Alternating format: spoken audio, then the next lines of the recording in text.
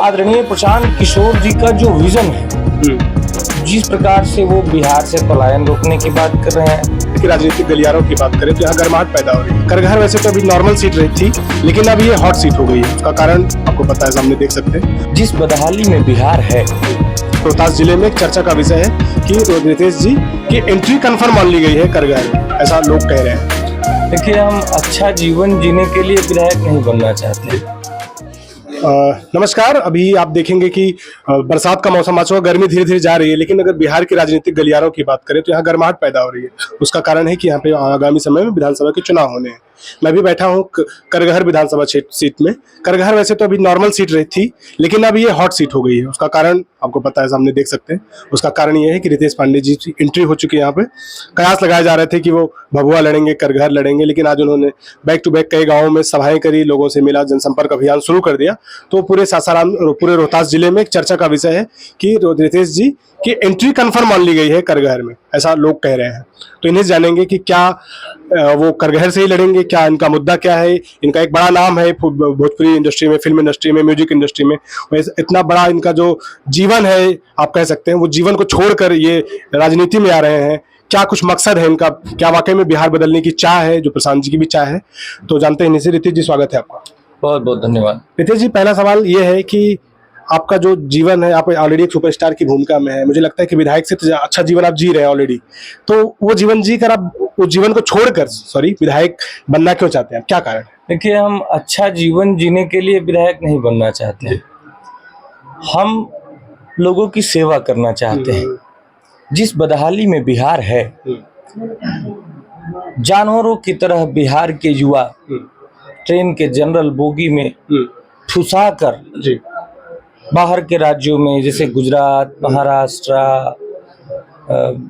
अन्य जितने भी, फरीदाबाद और दिल्ली जाते हैं लोग नौकरी करने के लिए। जिस बदहाली में बिहार के युवा जी रहे हैं, उस बदहाली से निकालने के लिए मैं राजनीति के क्षेत्र में आया हूं। और आदरणीय प्रशांत किशोर जी का जो विजन है, जिस प्रकार से वो बिहार से पलायन रोकने की बात कर रहे हैं, बिहार में अच्छी शिक्षा की बात कर रहे हैं, बिहार में ही रोजगार देने की बात कर रहे हैं।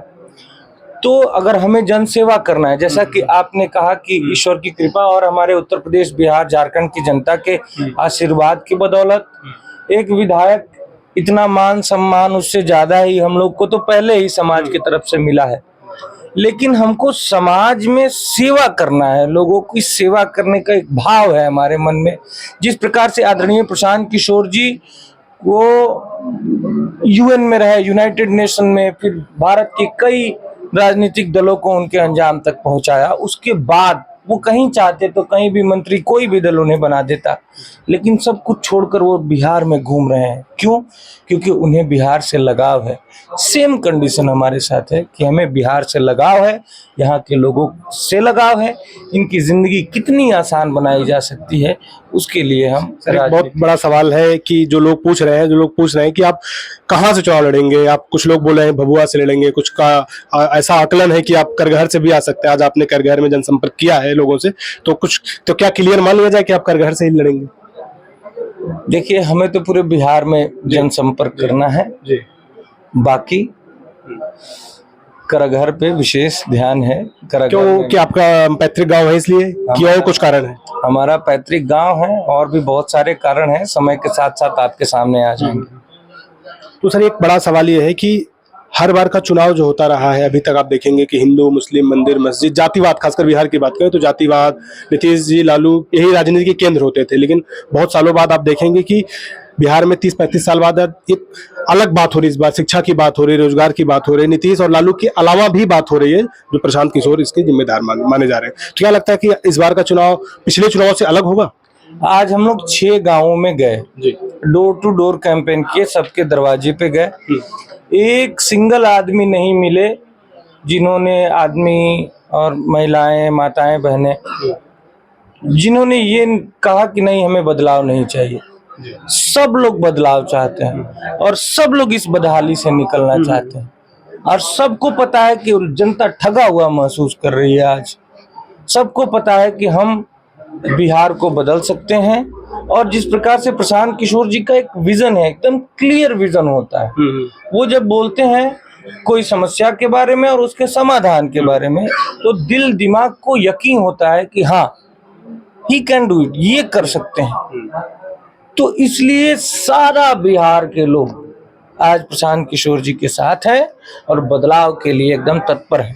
सर, आपके पास समय नहीं है, आप दिन भर घूम रहे हैं, तो एक आखिरी सवाल मैं ले रहा हूँ कि जो आपके दर्शक हैं, खासकर म्यूजिक इंडस्ट्री वाले जो आपके गाने सुनते हैं, फिल्में आपके देखते हैं, वो लोग सोच रहे होंगे कि आप राजनीति में आने के बाद आप संगीत को समय हो सकता न दे पाए, उनके मन में इच्छा है, उनके मन में क्वेश्चन है, ये प्रश्न है, तो क्या आप राजनीति में आने के बाद समय दे पाएंगे संगीत को या फिल्मों को? देखिए, सेवा ही सबसे बड़ा धर्म है। जो हम अपना धर्म अपना रहे हैं, अपना चुके हैं सेवा का, उसके बाद हमें जो भी समय मिलेगा, अगर हमें समय मिलता है तो देखिए, हमारा तो आज के डेट में पहचान ही उसी से। तो हम एक दो चुनिंदा गाने, जितने भी हमसे हो सके भजन, चुनिंदा गाने जरूर आएंगे। बहुत बहुत धन्यवाद रितेश जी। रितेश पांडे जी हमारे साथ बातचीत के लिए मौजूद थे। इन्होंने कहा कि वो उनकी जो कोशिश है वो पूरे बिहार की बदलने की है। प्रशांत जी का जो विजन है उसको बढ़ाने के लिए वो जनसुराज पार्टी में आए हैं और इन्होंने यह साफ कर दिया है कि वो अगर चुनाव लड़ेंगे तो करगहर विधानसभा से ही लड़ेंगे। वार्तावार से अखिलेश यादव।